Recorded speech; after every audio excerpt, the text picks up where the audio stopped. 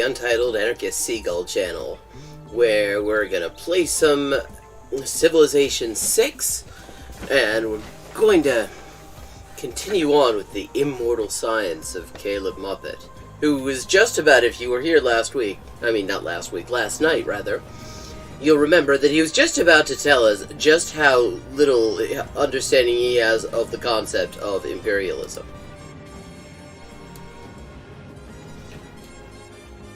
Sometimes it's not always clear whether you've got a good one or not, but that was looking like a good one.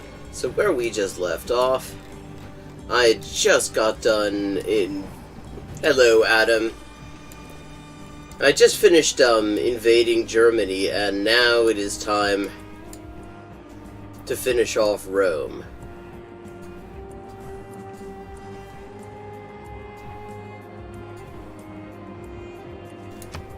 Only the best evening people around here. 얘는 신뢰할 수 없는 사람이다. Oh. Gandhi's annoyed with me. Pedro II of Brazil is also annoyed with me. This is because I invaded Germany and Rome. Germany and Rome aren't annoyed with me because they no longer exist. Congo's pissed off too. Be even more pissed off if they knew how many times my spies have been stealing their tech.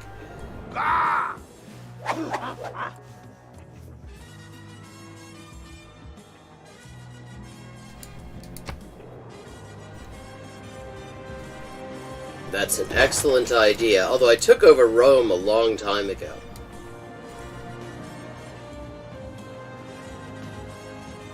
Oh, wait a second. Oh, that's right, I already beat Rome. I just finished beating Rome at the end of the last stream, the language stream this afternoon. So now it is time to invade the United States.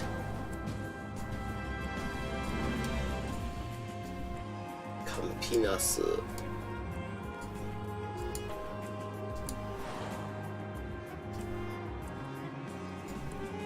Though first I have to remember where the United States are.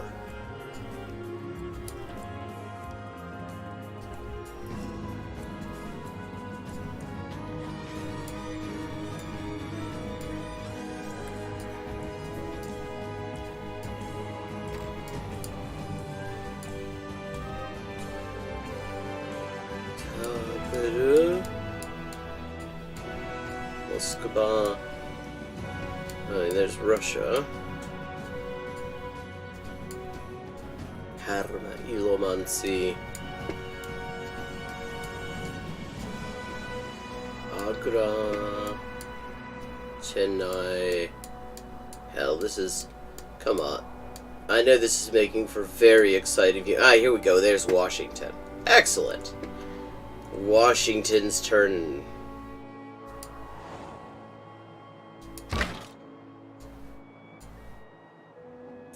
Oh, nothing to apologize for. Hope good things happen during the extended absence.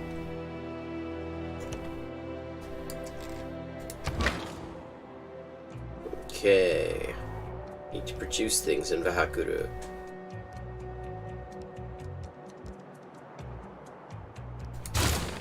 And build some bombers.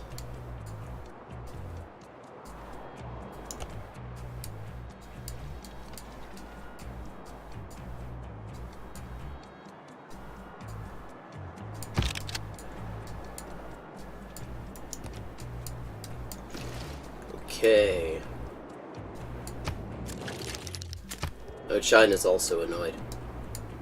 Everybody's kind of irritated with me right now. Except for the Greeks. The Greeks are kind of cool with the whole thing.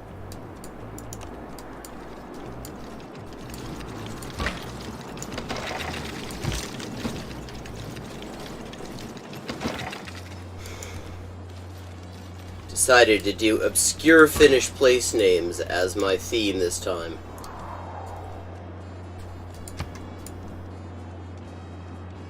Well, that's good.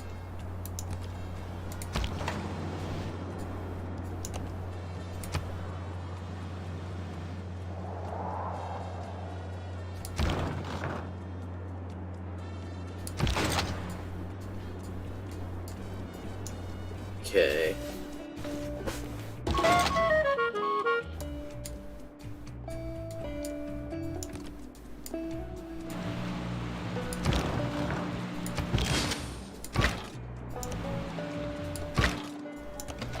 Okay, we're on our way to do Washington. First, we gotta slash up some wheat. Okay. 기술 상승 홍심.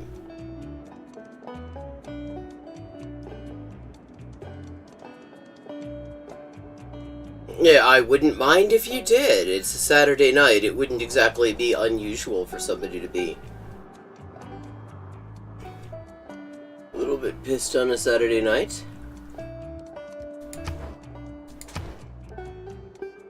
Let's see. I've run out of tech to steal from the Congo.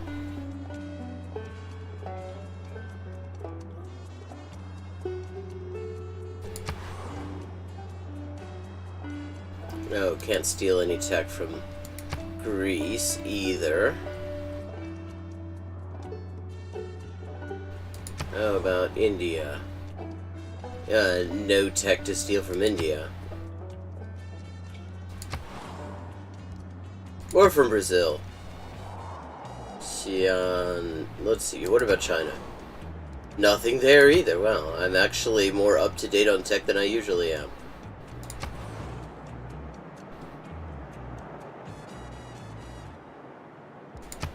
Okay.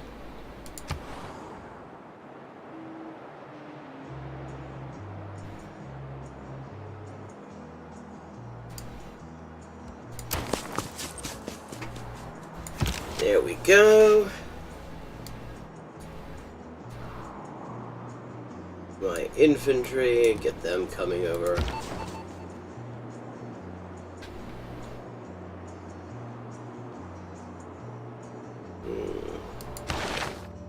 And I'll steal some money.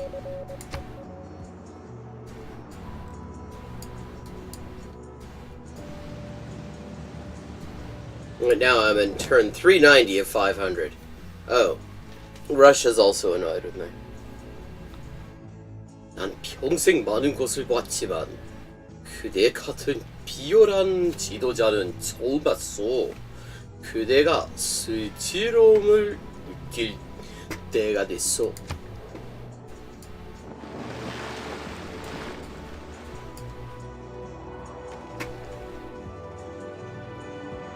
인간은 실수할 수 있지만 정말로 일을 망치려면 컴퓨터가 필요하다.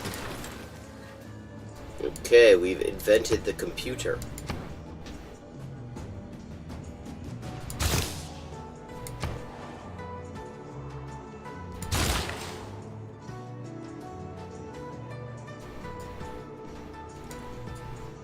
Okay, where can I send the proletarian next?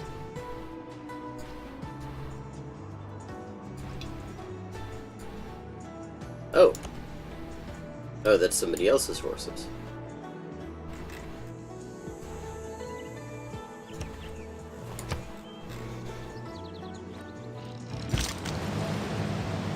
Did you check out the VOD of last night? I'm going to be backing it up a little bit, but it was special.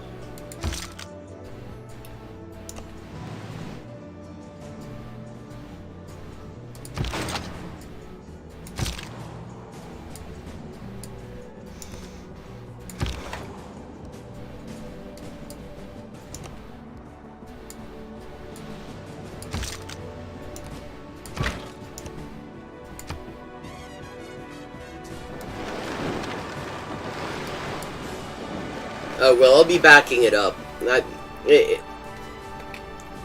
It was one that I almost 궁전 overlooked. 건물들 모두가 세 개의 축을 중심으로 지어졌습니다.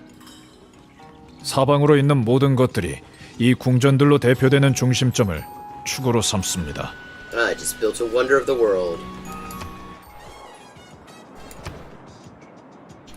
Let's see.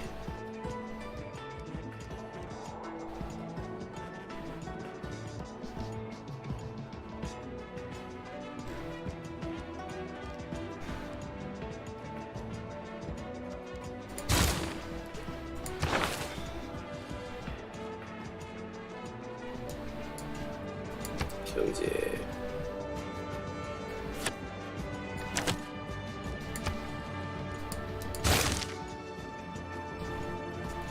There we go.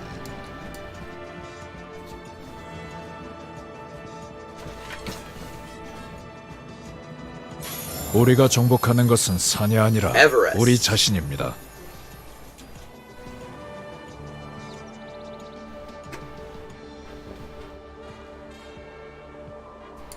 Oh, click X.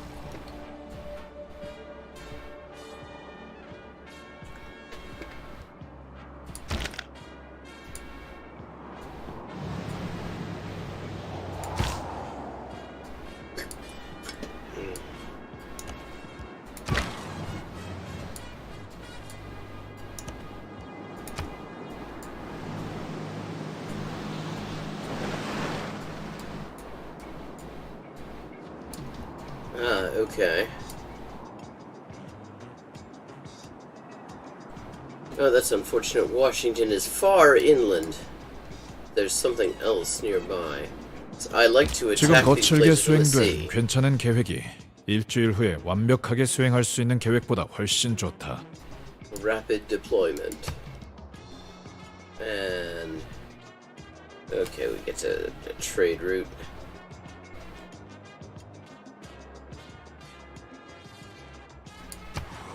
Go to Corinth.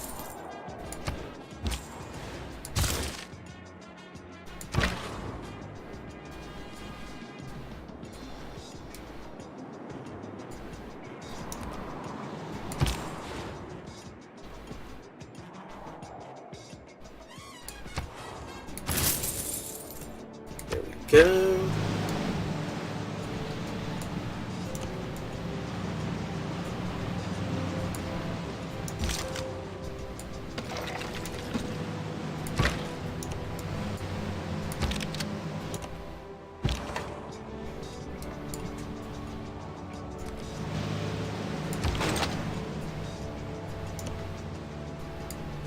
I have some other boats. Where did they go?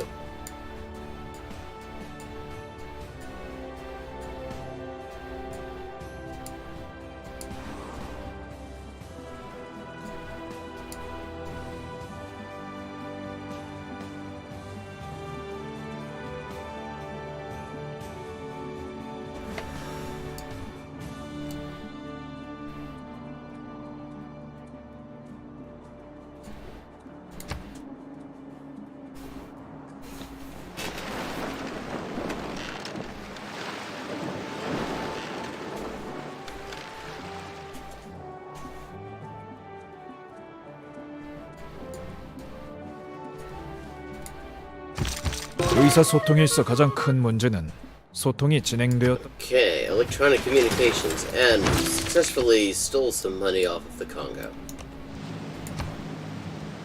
So just run out of technology to steal.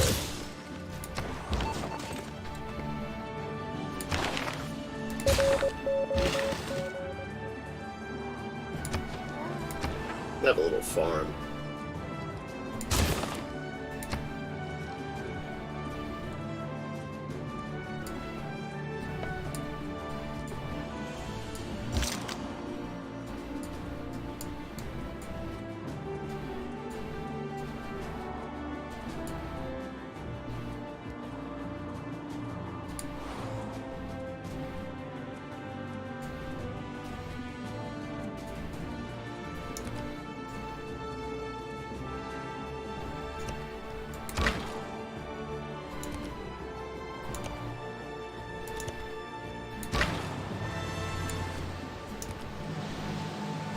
Okay.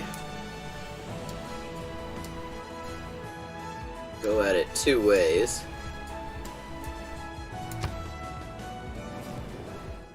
그대와 그대 백성에게 평화가 있기를. 나 같은 경건한 자가 또 있으니 희망을 보이는군. Oh, see, the Greeks are happy with me. The Spartans are happy with my policy of invading everybody.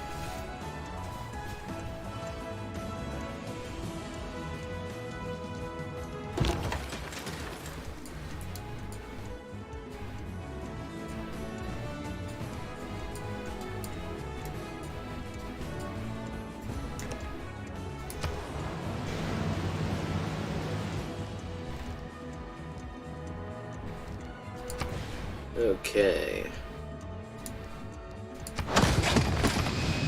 An airfield.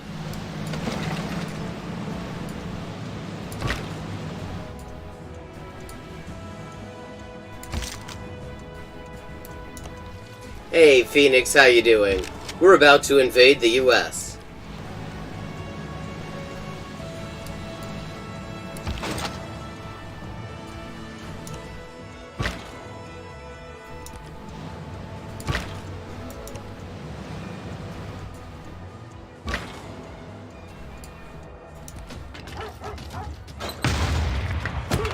Okay, that's probably overkill, but...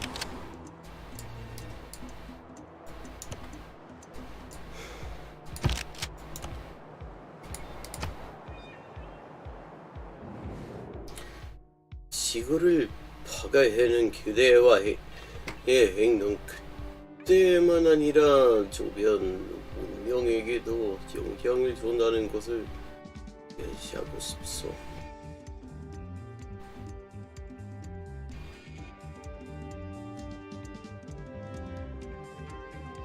Oh.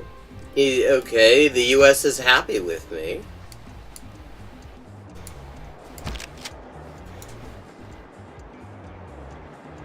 Oh, sativa gummies. 과학자는 대개 말을 더듬지 않는다네.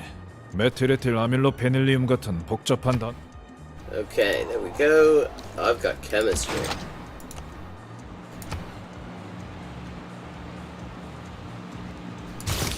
Okay, that's rocketry.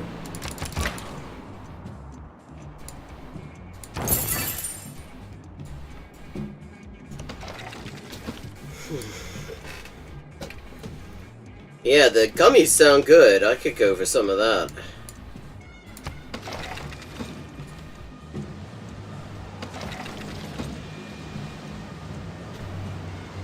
Oh, let me drop the feel-good story of the day. Let me see if I can find it here. Some details on the demise of the anti-trans snitching site that the Missouri AG set up. It's very pleasant reading. Apparently somebody used the entire script of the fucking B-movie.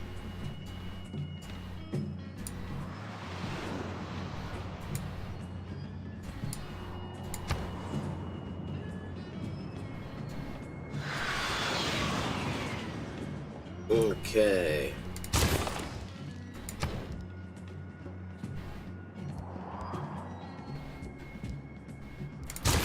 Okay, build some bombers. Ah, Youngling sounds good. I have Sapporo up in the fridge.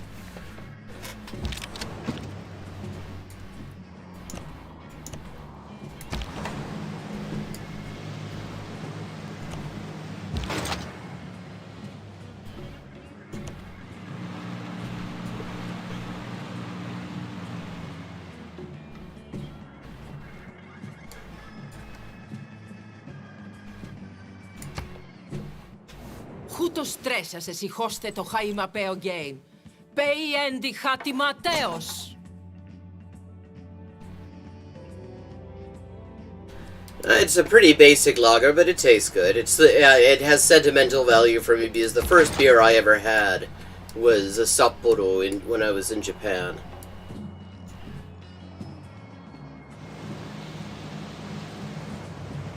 최근 신문 기사에 따르면 미국이 브라질에와 이제 우주 공항을 건설할 능력이 있습니다. 로켓을 발사할 때 당신이 진정으로 그 로켓을 조정하고 있지는 않아. 당신은 Okay. We've got rocketry.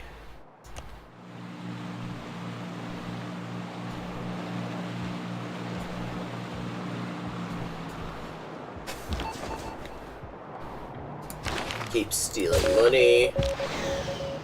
Because it seems nobody actually has any tech that I don't have at this point. Archie's your cat, right?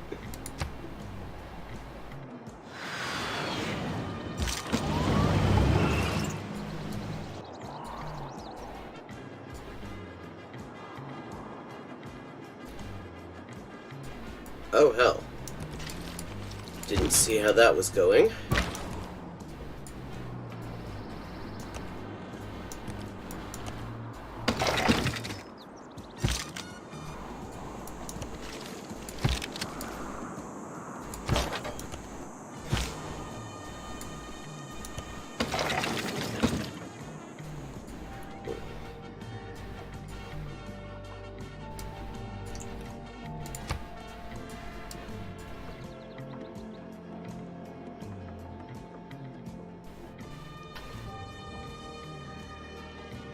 And here's Washington.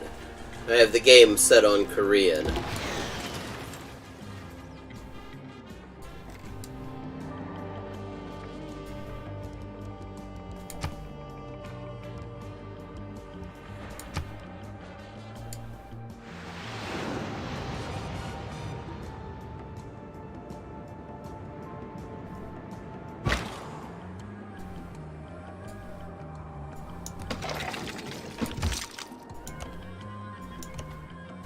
Oh wait, Washington, they've got archers and airports. Sort of a weird combination.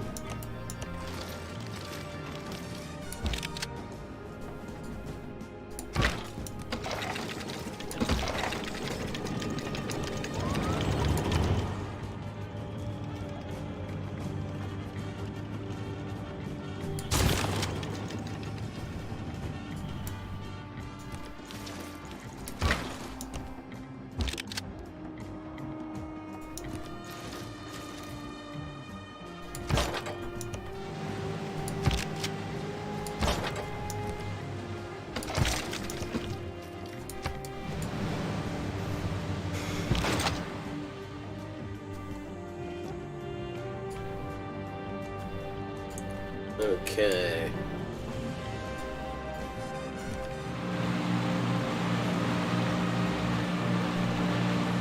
Get some idea what this coastline even looks like.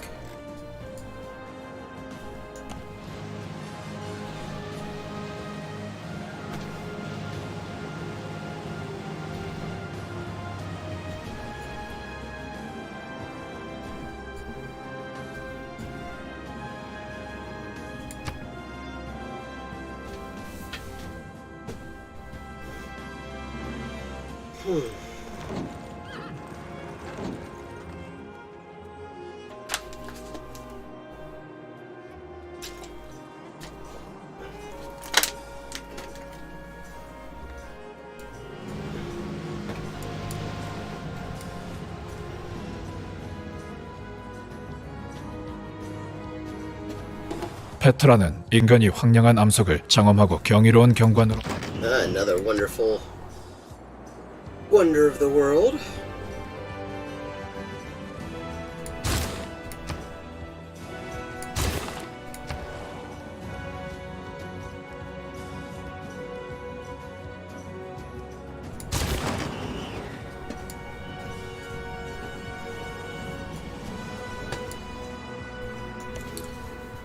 Okay.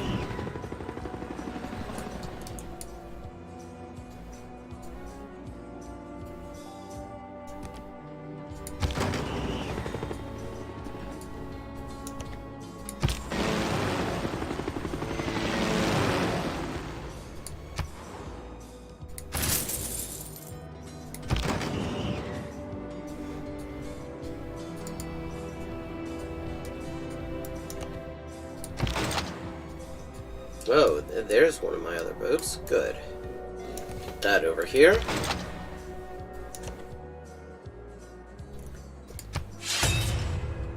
Okay. If I We've must invaded choose the US. between righteousness and peace, I choose righteousness.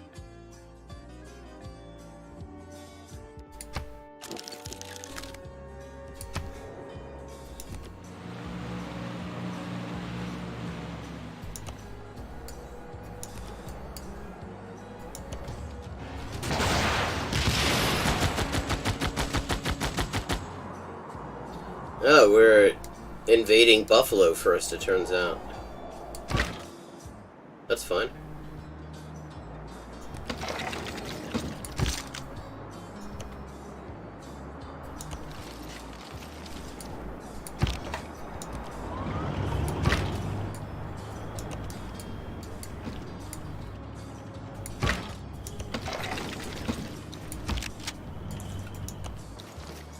Okay.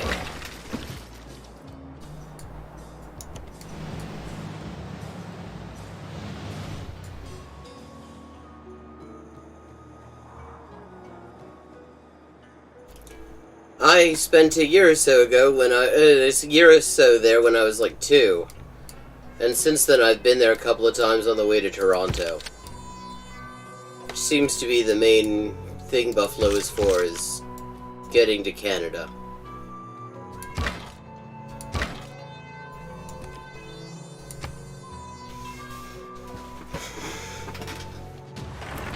Yeah. I mean, and the script of B movie, I mean, that's just classic. Oh, they have still crappy ass. No, well, not crappy enough, unfortunately.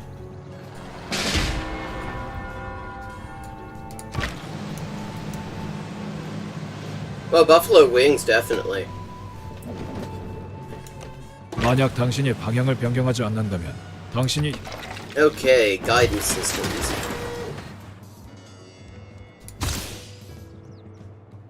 Oh yes, I know them well. And also, the only place where the bridge to get there is named after named after pets dying. I guess the idea is that just getting back to the US, it's like your dog just died.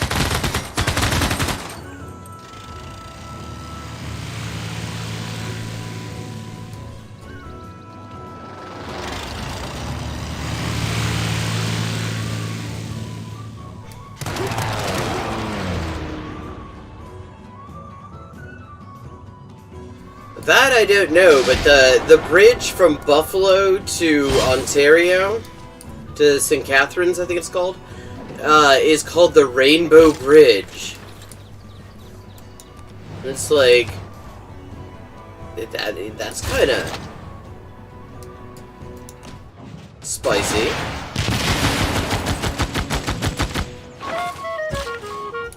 Oh, lost a spy. Pity.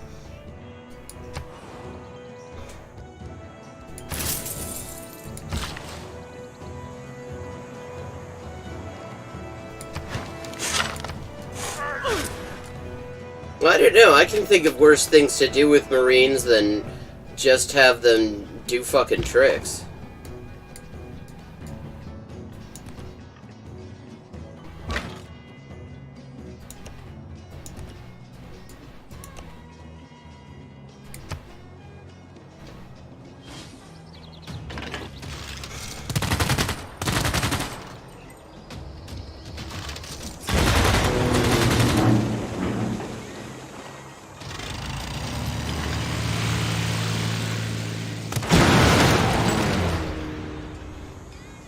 Yes, he would. That's another good reason to kill at that.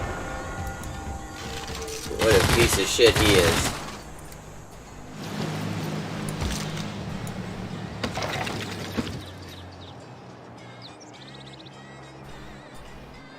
우리는 10년 이내에 달에도 가고 그 밖에 다른 일도 하기로 선택했습니다.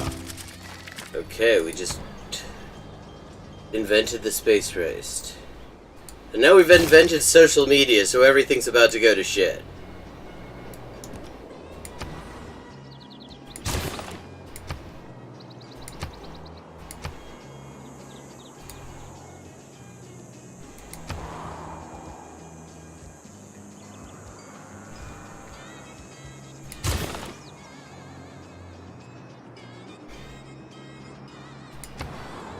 What's gross about the audience getting splashed?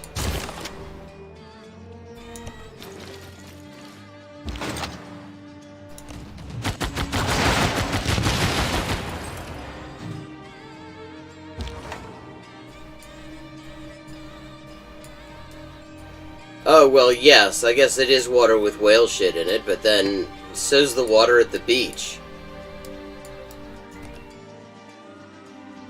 But, okay. With that, it is time to get back to the roast.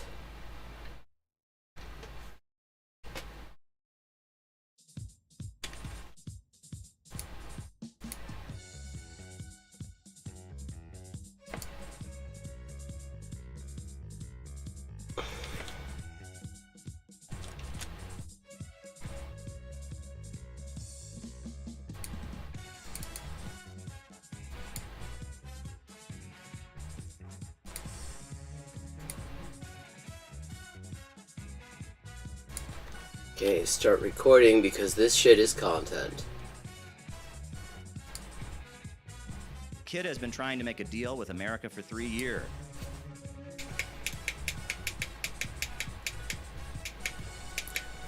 Oh, I still have to back it up a little bit more because, see, he's talking about a legendary investor who, as far as I can tell, the main thing that he likes about him is that he no longer works with George Soros. On y soit qui mal y pense. At the time that happened, this is what he said. No, go back. Was very important. And it was very important not just because it was the first time that a U.S. head of state ever visited the DPRK, crossed the DMZ. That was certainly important. That's actually literally not crossing the DMZ, incidentally. That is on the exact edge of the DMZ. That's Panmunjom. Important for other reasons. And it's important because of why it happened. I'm going to read to you what was said by Jim Rogers. Folks know who Jim Rogers was? Jim Rogers, or still alive, he's a legendary investor. He's a hedge fund guy. And now this is, as I said, this is where we're going to find out the full extent of Caleb Muppet's power levels when it comes to knowledge of what imperialism actually is. I love the ocean, He used to be too. a friend of George Soros. They had a falling out, and he's a legendary investor. He's an American citizen. He lives... He's a legendary... I mean, you and I might wonder what fucking legends they have about investors, but, well, Fox News says he calls him a legendary investor, and that's kind of all you need to know. in Singapore. And at the time that happened, this is what he said. Once we open the 38th parallel, this is going to be the most exciting country in the world. I would like to invest in North Korea. Yeah, and now, can anyone see where I'm going when I say that this is him showing just how much or how little he knows about imperialism? I'm not allowed to because I'm an American and it's illegal. We're a country at 80 million people on the Chinese border, which is a huge market. The transportation and railroads on the East Coast and the West Coast could open up again. You could tie into the Trans-Siberian Railroad, and you could join your country into the Belt and Road.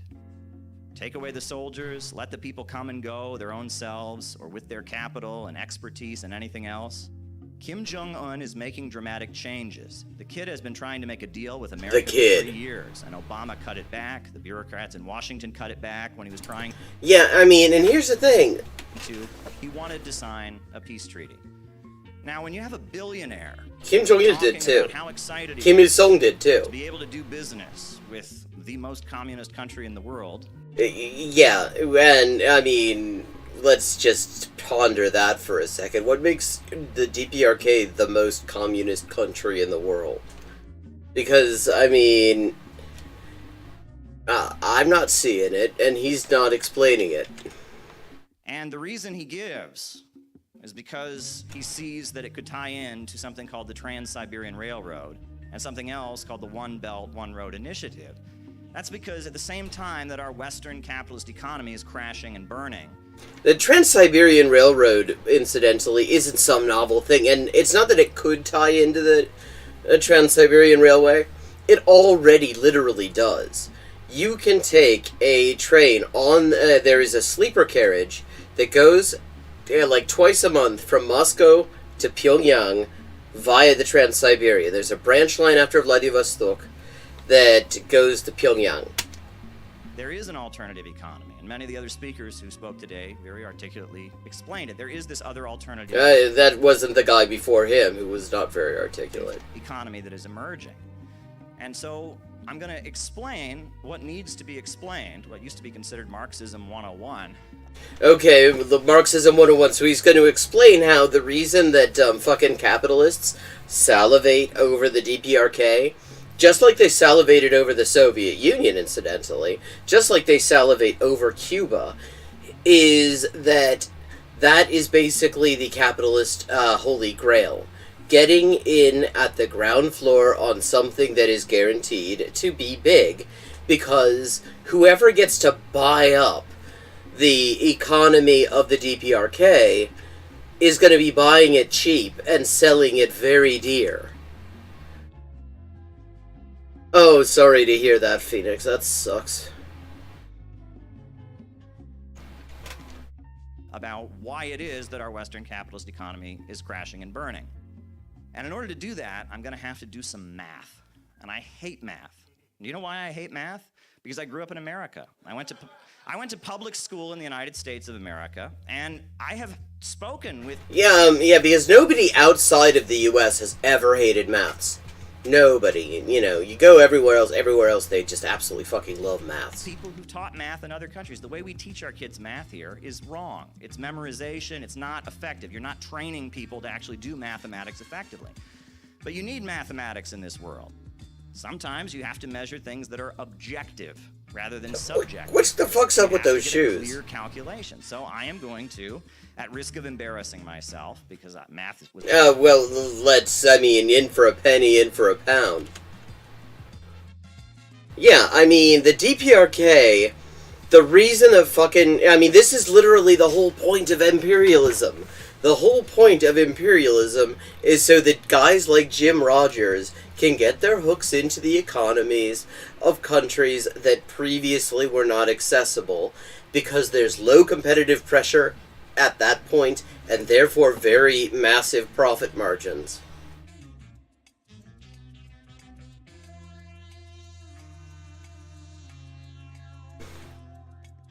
Was never my best subject.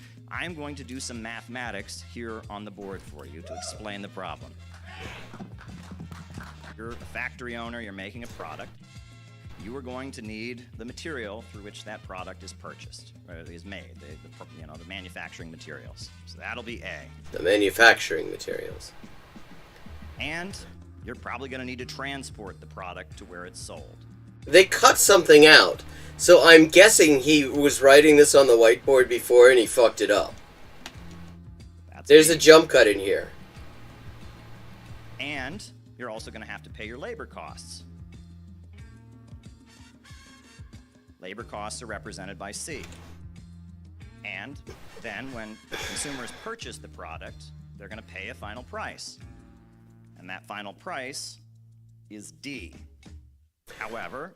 except that's not true. That's already wrong. Because all he said was materials cost, labor cost, and, what was it, shipping costs or something like that. He's just costs equals price. But that's not how it works. Costs don't equal price, because if cost equals price, you're just breaking even. There's no profit. Problem with that, which is what? Which is that there's no way for the capitalist to make a profit. He can't change how much A costs. He can't change how much B costs. Well, except capitalists are changing how much A and B cost all the time. So the profit of the capitalist can only be extracted from the value put into it by the worker. And this is... Oh god, this is just... he's really not good at this. Because capitalists... The thing is, there's a the capitalists are fucking around with the cost of the raw materials all the time. Especially, this is where imperialism comes in. This is why a guy like Jim Rogers salivates over the idea of investing in the DPRK. Because he can keep the fucking raw materials costs and the labor costs and, all the overhead costs way down there. Because he can make a deal with he can potentially make a deal with them that is extremely favorable. And now, of course, D, the thing about D is that the price can be set pretty much arbitrarily. D is only limited by how much you can actually get somebody to pay for it. So, I mean, you'd have to put markup in there, and D is something that you can actually, there's a lot of leeway. I mean, ask the people who run Loblaws. If you want to know how much, it's not because fucking labor costs have gone up that the prices of just about every single basic thing that we rely on has skyrocketed in the past few years. There's massive profit being made because you can arbitrarily set D, and if D is the price of something people have to have, like food, like fucking shelter, then you could just put it up however high you want, and people are going to have to find a way to pay it, or they're going to have to steal it. This is the basis of Marxism, the understanding of surplus value. So C, the labor value, is divided. You have C1, which is what the worker actually gets paid, and then you have C2, which is the profit that the capitalist makes. And it all adds up to D, which is the final cost of the product. Oh, okay, at first he said D was the price. Now he's saying D's the cost. Those are two very different things. I mean, the whole point here is that the cost and the price and the actual, price when the product is sold on are not going to be the same. Because, in large part, because the worker is getting screwed over, and in large part because the buyer's also probably getting screwed over.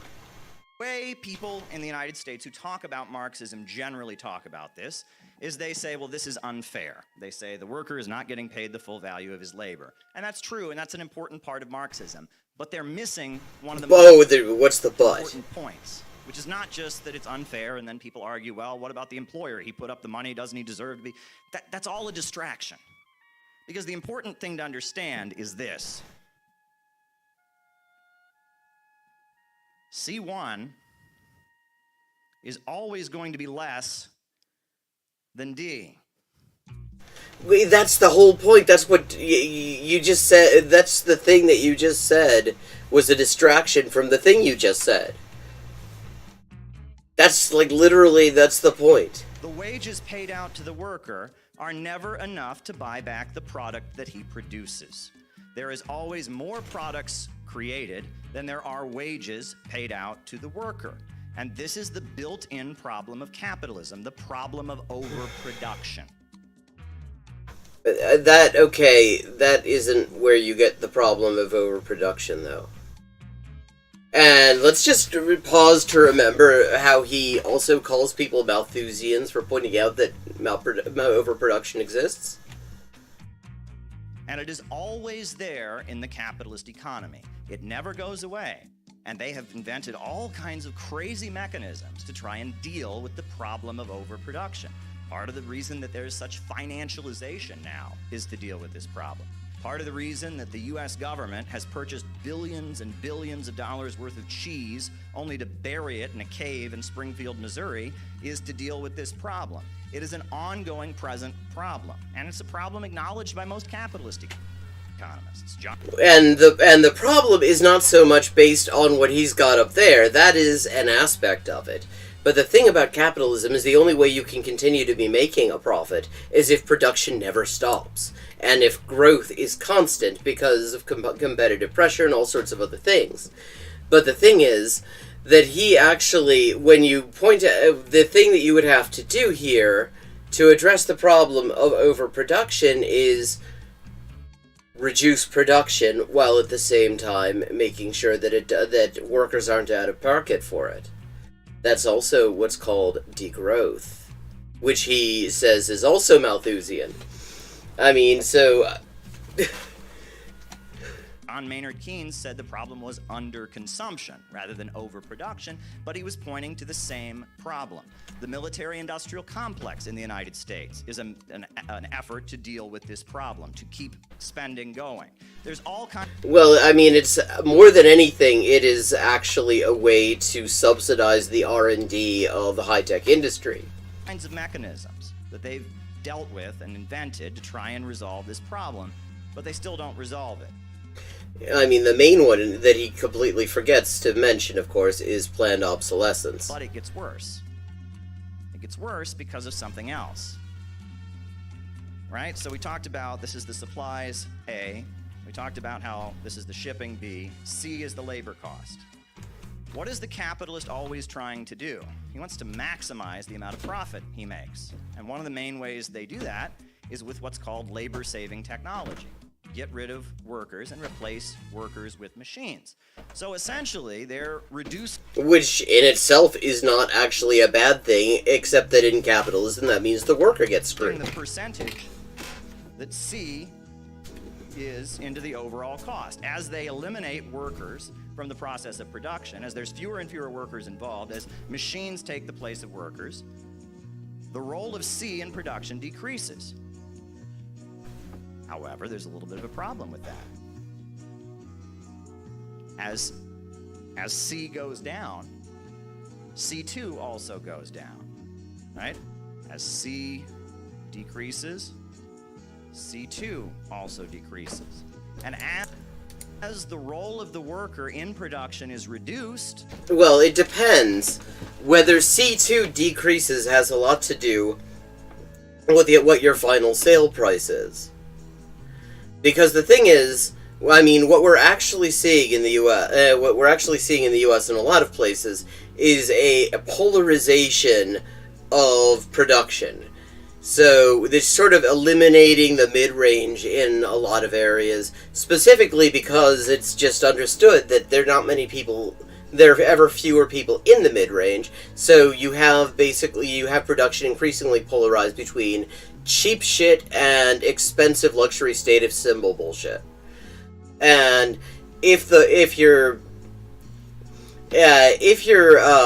sales depend on people in the same, income bracket, in the same class as the worker, then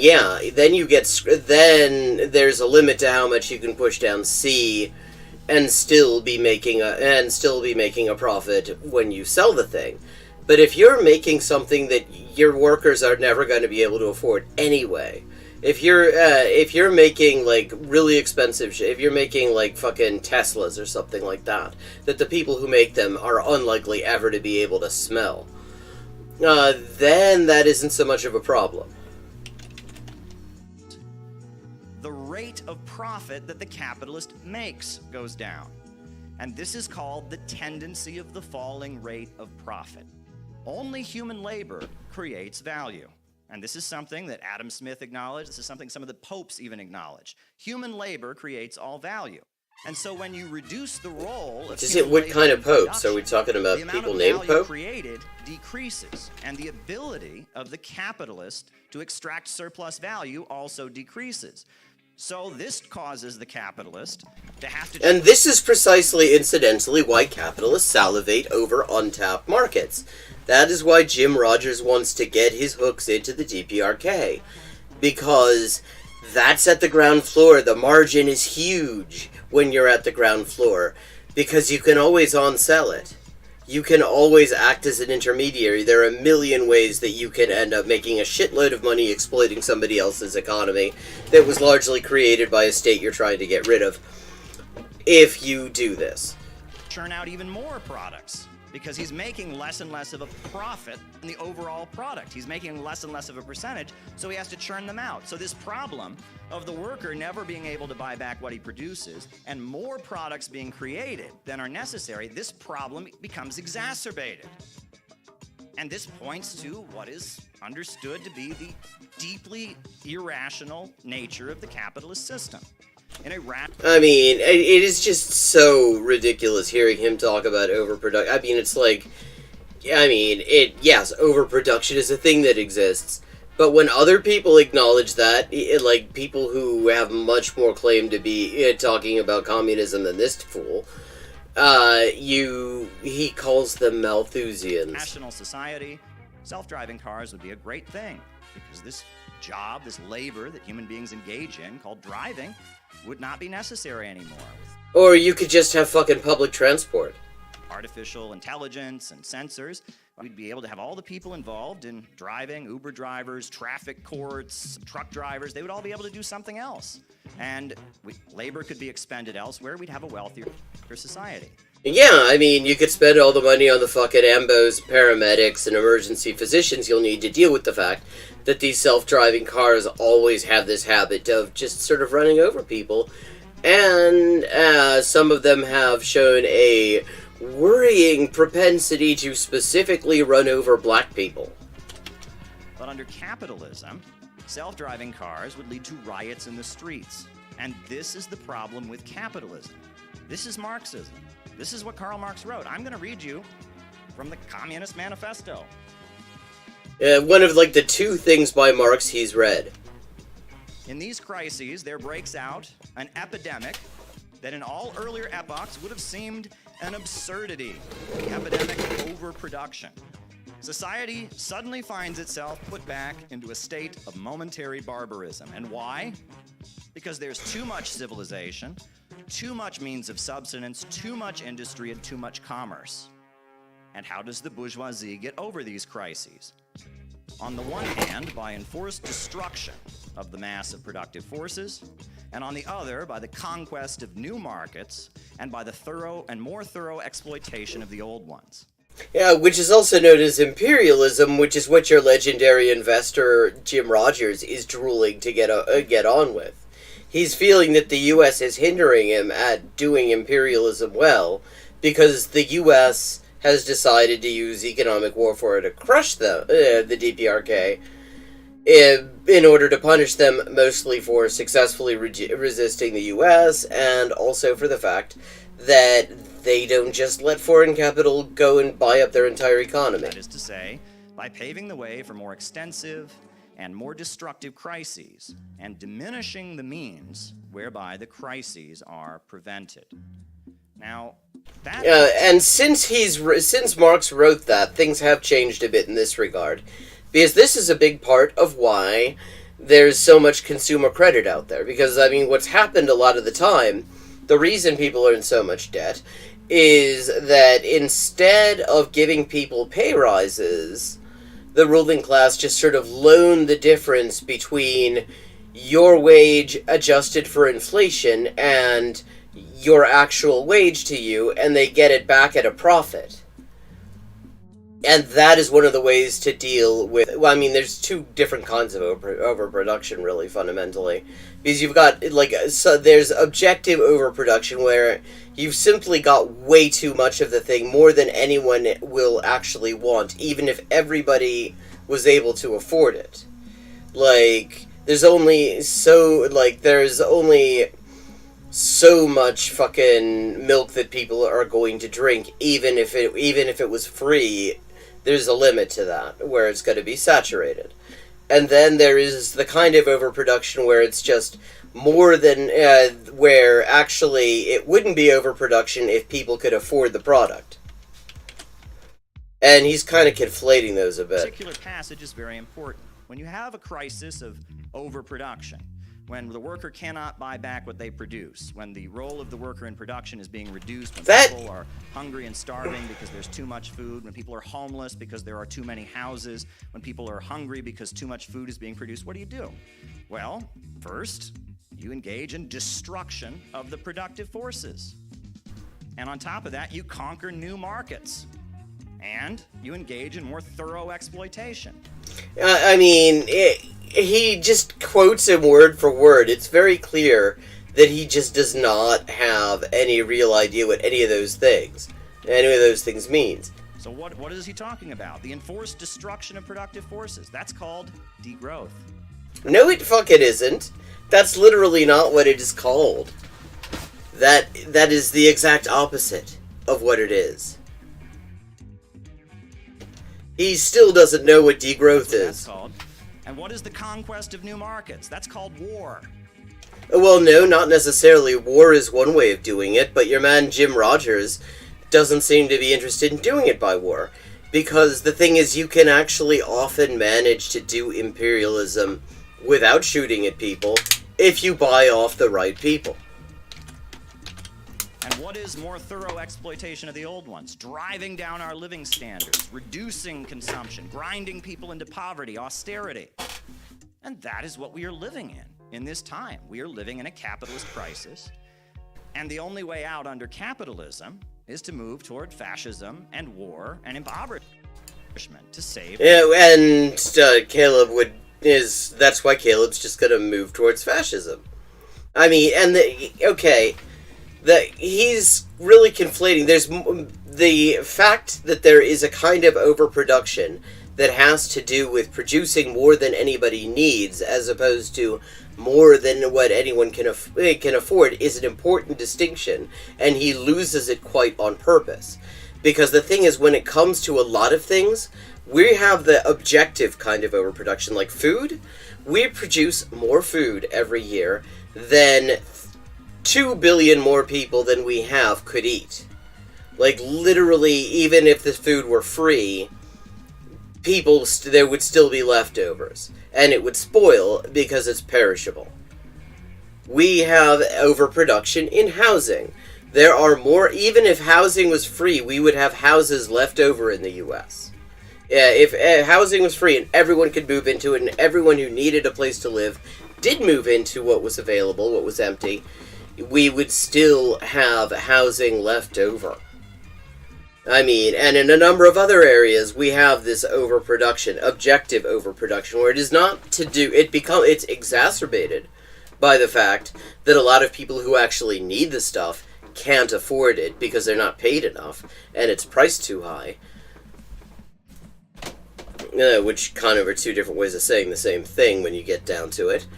But the thing is, you could, like, in food production, you could actually cut. I mean, what happens, the main way that overproduction is dealt with in the food sector is that before it even reaches the retail level, half of it's just thrown out.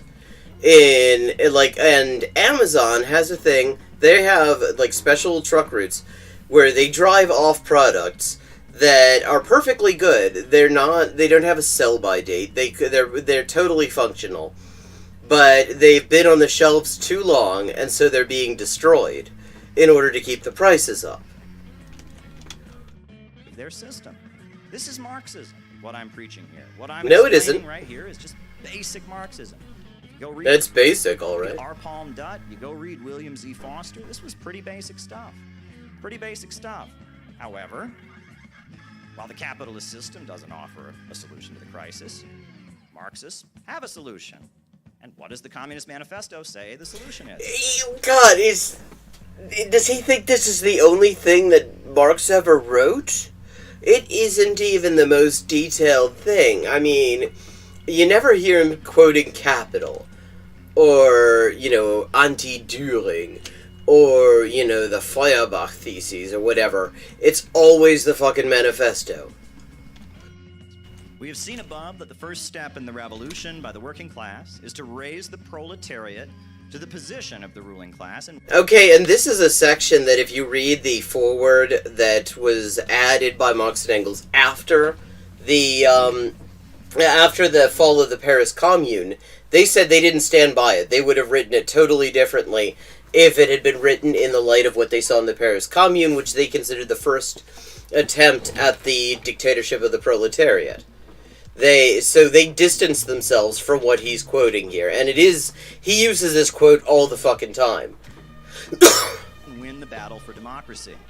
The proletariat will use its supremacy to wrest by degree all capital from the bourgeoisie and centralize all elements of production into the hands of the state, and to increase the total productive forces as rapidly as possible.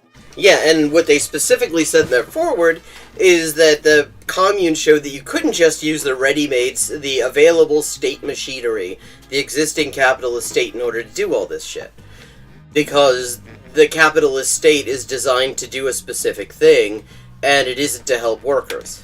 Meaning that the banks and the factories and the major industries and the centers of economic power become the property of the people, and we then organize them to raise everyone up out of poverty. We get rid of the irrationality of profits in command. We organize the economy so that we... Notice that he doesn't say profits. He doesn't say get rid of profits. It's profits in command. It's always profits in command with him. Like, it's... wealthier. Frederick Engels. The proletariat seizes Frederick. the public power, and by means of this transforms the socialized means of production, slipping from the hands of the bourgeoisie into public property. And by this act, the proletariat frees the means of production from the character of capital they have thus far borne, and gives their socialized character freedom to work itself out.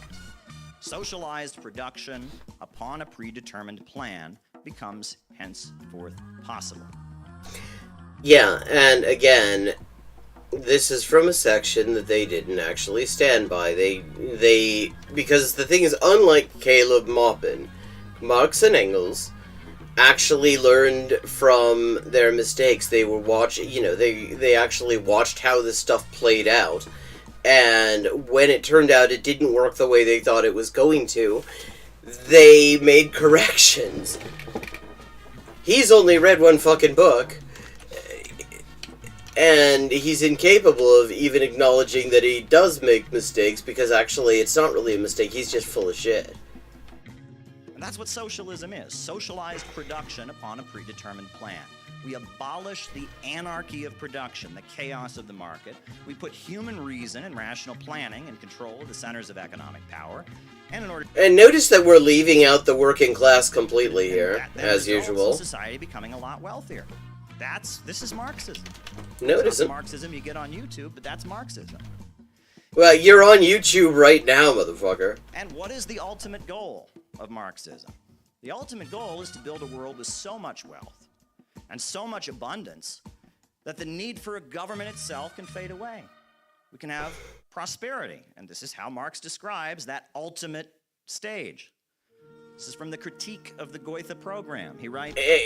Goethe. It's Gotha. There's no oi in there. It's Gotha. Gotha. Its right can never be higher Goethe. than the economic structure of society and its cultural development conditioned thereby. In a higher phase of communist society, after the enslaving subordination of the individual to the division of labor, and therewith the antithesis between mental and physical labor has vanished, after labor has become not only a means of life, but life's prime want, after the productive forces have increased the all-around development of the individual, and all the springs of cooperative wealth flow more abundantly, only then can the narrow horizon of bourgeois right be crossed in its entirety, and society inscribe on its banners, from each according to his own ability, to each according to his needs. Yeah, and the thing is, there was more to it than, see, the way that Caleb Muppet always puts this, it's always like, we just keep on producing more and more shit, and then we get communism. And this is his response to people who point out that growth is actually not an inherently good thing, that infinite capitalist growth on this planet is impossible, because eventually you run out of fucking resources, you run out of planet to exploit, and you run out of workers to do it, because once the planet becomes uninhabitable, there's also no proletariat left. But he just thinks that communism comes when you make enough stuff. But the problem with that is, on so many of the most basic things we already make more than enough, and people still don't get it because the problem is distribution. Meaning the goal is we want to create a world where labor becomes life's prime want, not a means of subsistence, meaning people only have to work because they feel like it, because they don't want to be bored. They don't have to. We want to create a society where these springs of cooperative wealth have flowed so abundantly. Here he goes with just directly quoting, because he really does not, he doesn't even have the confidence to bluff it. People can just kind of take what they need and do what they feel like doing, from each according to his own ability, to each according to his needs. And the road to doing that is abolishing the chaos of the market, getting rid of a system where profits are in command and yeah, except it's not just the chaos of the market. Again, he loves to leave out the bit where the workers control the shit, because he's not all that keen on that part. poorer and getting rid of all of that. This is less exciting than I thought it was going to be. Anarchy in production of society at large that more and more completely turns the great majority into proletarians. And it is the masses of the proletarian who, again, will finally put an end to the anarchy of production. That is Marxism. Now, you all heard what I just said. That's just And Marx. this was common sense Marxism back in the 30s, and this is common sense Marxism in Venezuela, and this is common sense Marxism in China. Except no, it is. I mean, it isn't. Those are two examples of where they're not doing that. Like, I mean, Venezuela has been backsliding for a long time, because the thing is, when you try to build socialism by taking over the capitalist state, it doesn't work. And the people who do that generally do not have the strongest strategic outlook, because they've already worked themselves into a dead end by taking over the capitalist state, rather than just getting rid of it.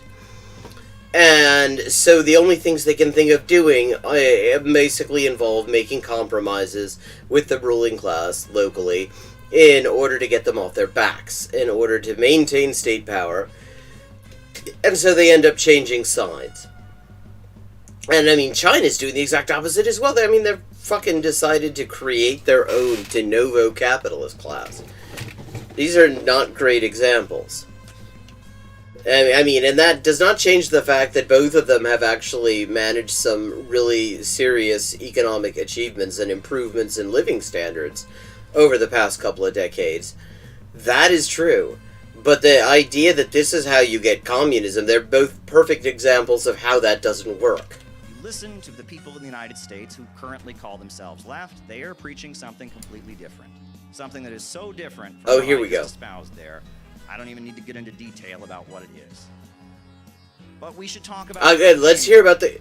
That's because he doesn't want to get into quotes, because if he never gives examples of this shit. There's a reason that Marxists don't talk this way. There's a reason that the forces that call themselves left in the United States are putting out a very different message. Oh, a message that he won't actually specify. Because actually what he just said was pretty fucking basic, and the only thing that is different is that people would probably not leave out the bit where the workers are supposed to actually control production, as opposed to the state. And we have done a lot of groundbreaking work in CPI. Yeah, name an example. Is, documenting why that is, and explaining why they put out something different. We want to raise... Why don't you tell us what the different thing is, Caleb? I mean, before we get into why. Because why, we already know what their why is. They put in a huge amount of effort. See, they came up with like totally just unprecedented. Nobody had ever thought of this. They accuse everybody of being CIA plans. That's the why. They accuse everybody of being fucking CIA the level plans. of productivity as high as possible. They want to degrow and grind everyone into poverty. Well, first of all, productivity and production aren't the same thing. Productivity refers to the amount of units of work per worker. And actually, yeah, it's not great when that goes up necessarily, because it means more work is being squeezed out of the worker and they're probably not getting paid more. For another thing, again, literally overproduction exists, and it's not overproduction because people can't afford the stuff. It's overproduction because there's more than anyone would need, even if it was free. We want to empower the proletariat and weaken the power of the bourgeois state. They support the FBI, and they support the tech monopolies and censoring people. Wait. I mean, he's never going to give an example of any of this. They want things that are very different than what we want. Why is this? Well, because we're communists and you're not. Well, when we talk about the synthetic left, we're talking about a process. There are two different types of people who become revolutionaries. Anywhere you go in the world, you're going to find what they call a revolutionary intelligentsia. You're going to find middle-class... See, intelligentsia. ...class people, usually students, younger folks. Some people do it their whole life. But anywhere you go in the world, socialist countries, capitalist countries, developing world, first world, you're going to find... Developing world. I mean, that is such a bullshit term for somebody who claims to be an anti-imperialist to be using. Because the point of the term developing world is to pretend that the countries that are the recently and only partially decolonized countries are only just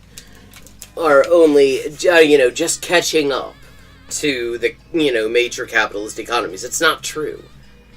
I mean, they're not, like, underdeveloped. They're overexploited. All the wealth that they could be using to bring up the living standards and, at home is instead being siphoned off in order to make people like Jim Rogers rich. And that's what Jim Rogers wants to do in the DPRK, Caleb. Intellectuals who are mad at the world, who are aware of the injustices that exist, and are looking to live an important life and, Yeah, it's sort of like, it sounds like we're describing Caleb here. Do dramatic things and feel heroic, and that's not inherently bad. That's a good thing to want to change the world. That's a good thing to be outraged about injustice. But that section of society, that revolutionary intelligentsia, is always a small minority. It's never more than 10% of the population. Rarely is it even 5% of the population. It exists, right? We've all seen the Broadway musical Les Miserables. Do you hear? What? The people sing, those kids in the pubs talking about how they're going to storm the barricades. That always exists. Revolutions are not made by those folks. Revolutions are made by the broad masses of people. Except, the thing about the pubs in the time period in which Les Miserables was set is that is where the poor people got together. The pub was, I mean, especially in Britain, but also in other places, was precisely where the only place working class people could get together and discuss their ideas, because their housing sucked. They didn't have enough space and it was filthy, because they didn't have any kind of sanitation. They didn't have any plumbing. They didn't have, they didn't have fucking toilets even. So the pub was actually where poor working class people got together to discuss their ideas. And what the broad masses of people want in a revolutionary situation is very different from the fantasies and ideals that that revolutionary intelligentsia wants. What the broad masses of people want is stability. When a okay, but first of all, that's not. Let's just allow that. But the stability in a revolutionary situation means counter-revolution, because a revolutionary situation is inherently unstable. If it actually tips over into a revolution, then that's a lot of instability, because suddenly everything's changing, everything's in flux. And the idea that everybody wants stability, I mean, that it's like fucking the revolutionary intelligentsia going out on the barricades, that's bullshit. Actually, if you want to know what the revolutionary intelligentsia are doing at protests, during the uprising in 2020, for example, they're the ones who are, saying, saying this isn't the way, you gotta be peaceful and shit. I mean, not all of them. Some of them actually were, trying to actually approximate the sentiments that they were actually seeing on the street and to resonate with those. But, when you look at the people who actually are fighting the cops during a protest, it is rare. I mean, you'd think to listen to liberals in the media that it was all rich white kids who went to Harvard or some shit. It's bullshit. The people who you will find on the front lines engaging the cops tend to be poor, working class people, often young, often completely lacking in any real future prospects, and in a lot of places they have generations of accumulated knowledge on how to resist and how far you can go, and tactics and strategies and all sorts of shit like that. Going back generations. Like if you go to Greece, if you go to Italy, if you go to Chile, all over Latin America, it is very much the poor segment of the working class who are the ones who will actually, will storm the barricades, while the sort of revolutionary intelligentsia either try to vibe on it, or they sort of wring their hands. Revolutionary crisis comes, it's because capitalism and the system has made their life unlivable. And they want order to come out of the chaos. They want to be able to feed their kids. Look at the slogans. What was the slogan of the Russian Revolution? Peace, land, and bread. Not tear it down, burn it down. And do you think that they thought that the way that they would get peace, land, and bread didn't involve some tearing down and burning down of a ruling class that they then proceeded to kick out of the fucking country and fight a war against. We're going to end this war. We're going to feed you. We're going to redistribute the land. You look at the slogans that the Communist Party used back in the 1930s. William Z. Foster, the slogan of his 1932 campaign was the revolutionary way out of the crisis. The message was, you're hungry, you're starving, they're setting up a fascist state, and we offer the way out. And if you look at the Soviet Union, they're industrializing rapidly and raising millions of people out of poverty. We could have a Soviet America and do the same thing. That's what the communist... Well, I mean, I'm not going to say that the entire intelligentsia, to the extent that I buy the concept, because I think that actually there is a lot more overlap between, like, proletarians and revolutionary intelligentsia than a lot of people, especially like Caleb Maupin, want to think. Because he doesn't, like, I mean, like, his mates don't even accept that fucking baristas are workers. They just write off most wage laborers. The idea that there are intelligent people working shitty, underpaid jobs, that there are educated people, rather, I don't know what I said there, educated people, well-read people working shitty, underpaid jobs, and trying to theorize them at the same time as they're working, working triple shifts and their 3 different fucking jobs and their fucking bullshit app job on top of that, doesn't occur to him. There is a whole segment of people who are, like, I mean, I hate the concept of intellectuals because I think it's another bullshit concept. It kind of denies that people who work with their hands are using their intellect, and as somebody who's done a lot of work with my hands, I mean, I'm a cook of some renown, at least amongst people who've heard of me, which doesn't really work as a concept, but I'm a really good cook. I use my hands a lot. There's a lot of intellect that goes into fucking cooking. There's a lot of intellect that goes into fixing cars and plumbing and all this shit. So I really don't like the concept of intellectuals, but the thing is, there are, you do get people who are, in this sort of situation, in this economic situation, who are not looking down on it, who are looking up from within it, and are having ideas about, are trying to theorize it, because they've read a lot.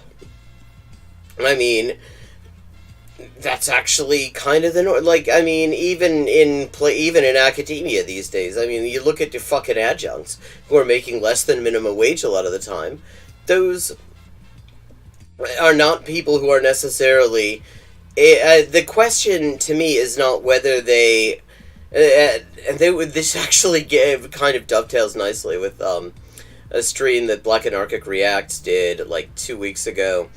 But I mean, you have people who are totally alienated from, like, poor and working class people and their discourse and their thinking, because the people who like to really invest heavily in concepts like intellectuals and intelligentsia just assume that poor people aren't thinking, that poor people aren't, like, reaching their own conclusions and analyzing things all the time, when in fact, actually, they are, and they don't.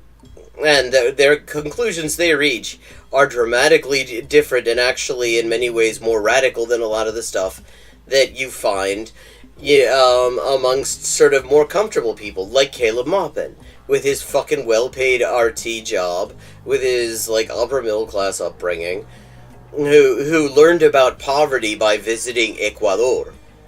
For fuck's sake, that's his own account. So... I don't entirely accept the idea. There are definitely people who are writing in, like, revolutionary journals and things like that who are totally alienated from what's going on. I mean, they exist. And you can often tell them because they're the ones who, when nothing's going on in the streets, assume that the revolutionary moment is dead, that, everybody's gone back to sleep and they forgot all about it, and that's bullshit. That's not how any of that works. There's a limit to but if you aren't plugged into the discourse of the people who were actually on the streets and making that, moment of militancy possible, then when you don't see them actually chucking petrol bombs at the peelers, then you could easily get that idea if you're that alienated. But, I mean, he's about as alienated from the working class as it is possible for a person to be, and all he's doing is, like, fucking riot shaming here. Communist Party said. And in 1940, when they ran their campaign with Earl Browder for president, they made it shorter. They made it 3 words. The way out.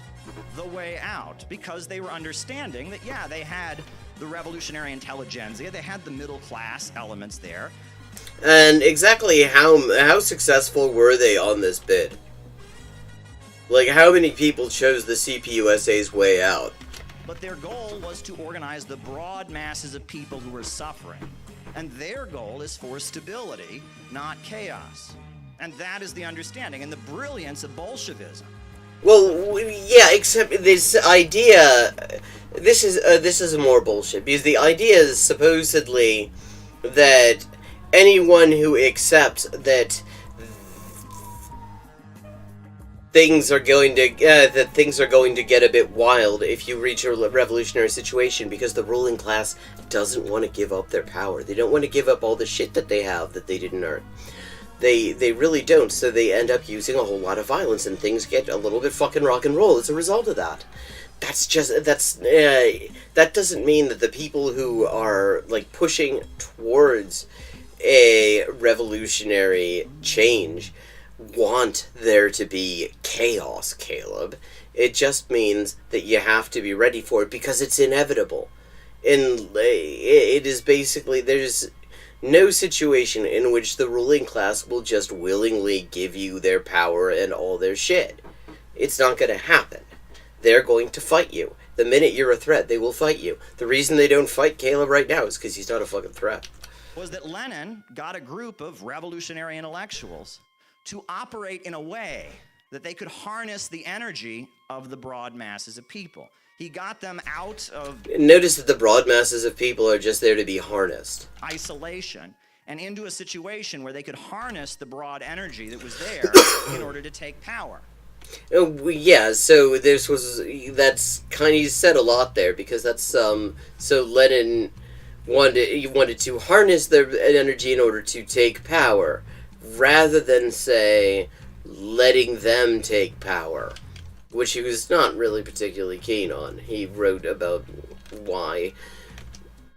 And you could argue that there were almost 2 layers of the Bolshevik Party. You had the middle-class intellectuals, and then you had the labor unions, and then the mass organizations of peasants, of workers.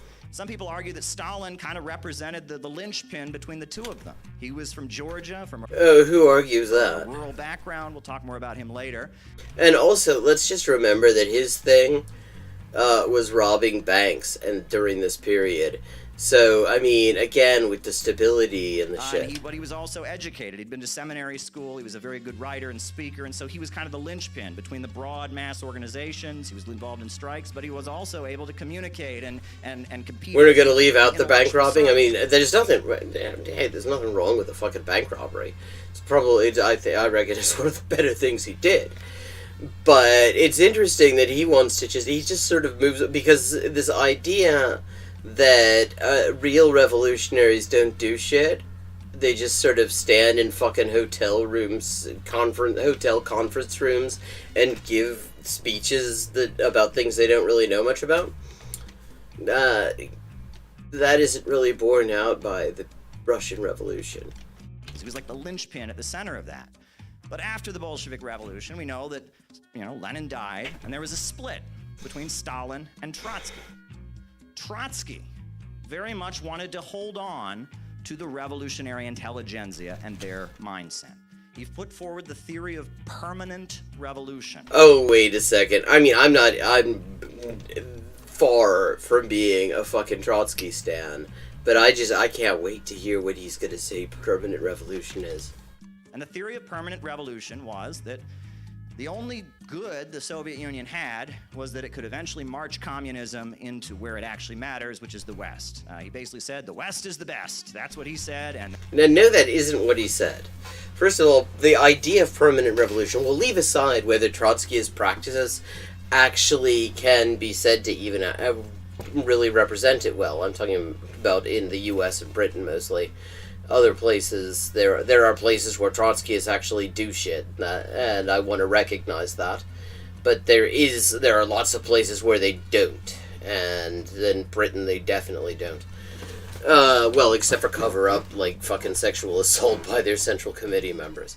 But the idea of permanent revolution, you see, he's conflating socialism, internationalism, and permanent revolution. The idea of permanent revolution is that the cycle of rooting out, exploitation and oppression within the society has to be indefinite, because there's always going to be a work undone.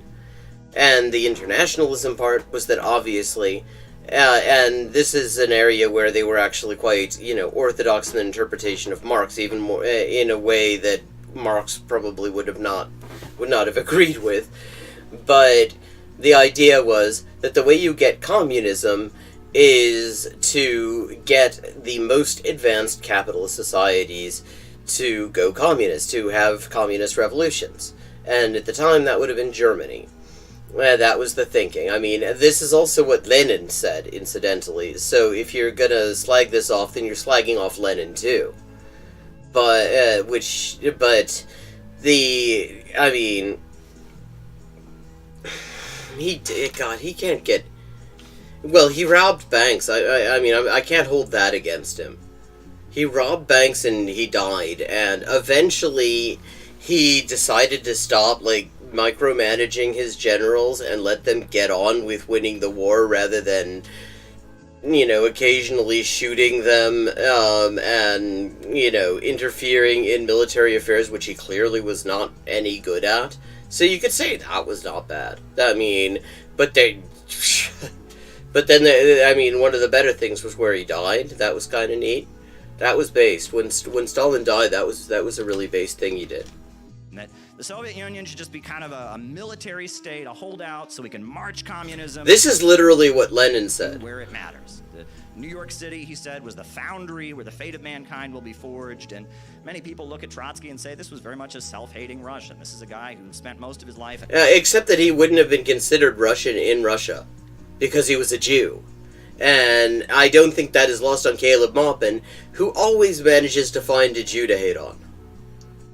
Yeah, by Russian standards, by Soviet standards, Trotsky was not a Russian. His nationality on, Soviet ID documents, I don't know if at the time, I don't know what the ID documents looked like, before he had to flee the Soviet Union after Stalin took over. But, subsequently, certainly, would not have said nationality Russian. They would have said nationality Jewish. So calling him a self-hating Russian is a bit odd, because, that simply isn't how anyone would have thought of him within the Soviet Union. In exile, he was in awe of London and Paris and the United States, and he didn't much care for the Russian folks. He was probably treated very badly, a victim of anti-Semitic persecution and such, and Trotsky held anti-Semitic persecution and such. On to this desire for chaos and death and destruction, the theory of permanent revolution. That isn't chaos and death and destruction, thank God. Yeah, I knew that was coming. The idea of permanent revolution isn't that. He likes to just, everything that actually smacks of revolution, even if it actually isn't ultimately particularly good, even Trotskyism, is too action-orientated for this fool. He is, he is the constipator of communism. However, if you read Stalin's writings and his critique of Trotsky, he's saying this isn't going to work. We got to have socialism in one country. You read Stalin's critique of Trotsky on the military question. Yeah, and guess what? We've got a few decades now of hindsight on who was right about that, and Stalin wasn't. They never got communism in the Soviet Union, or anywhere else, because that entire model, it turns out, just does not do that. It does not achieve that thing, and with that, I'm just gonna, it's time for me to bid you all a good night. Thank you for tuning in. I hope you enjoyed it as much as I did. I look forward to seeing you next week at 11:30 p.m. U.S. Eastern Time. And if you enjoy the stream, please consider paying for the stream, which you can do with Patreon by becoming a patron, like Adam has. Thank you for that, Adam. Or leaving a tip using the tip command. And in both cases, that will go towards my ongoing crowdfunded translation project, the social basis of the female question by Alexandra Collins. I am doing the first full-length English translation of it, and right now I'm raising funds for Chapter 2, which is the second to last chapter.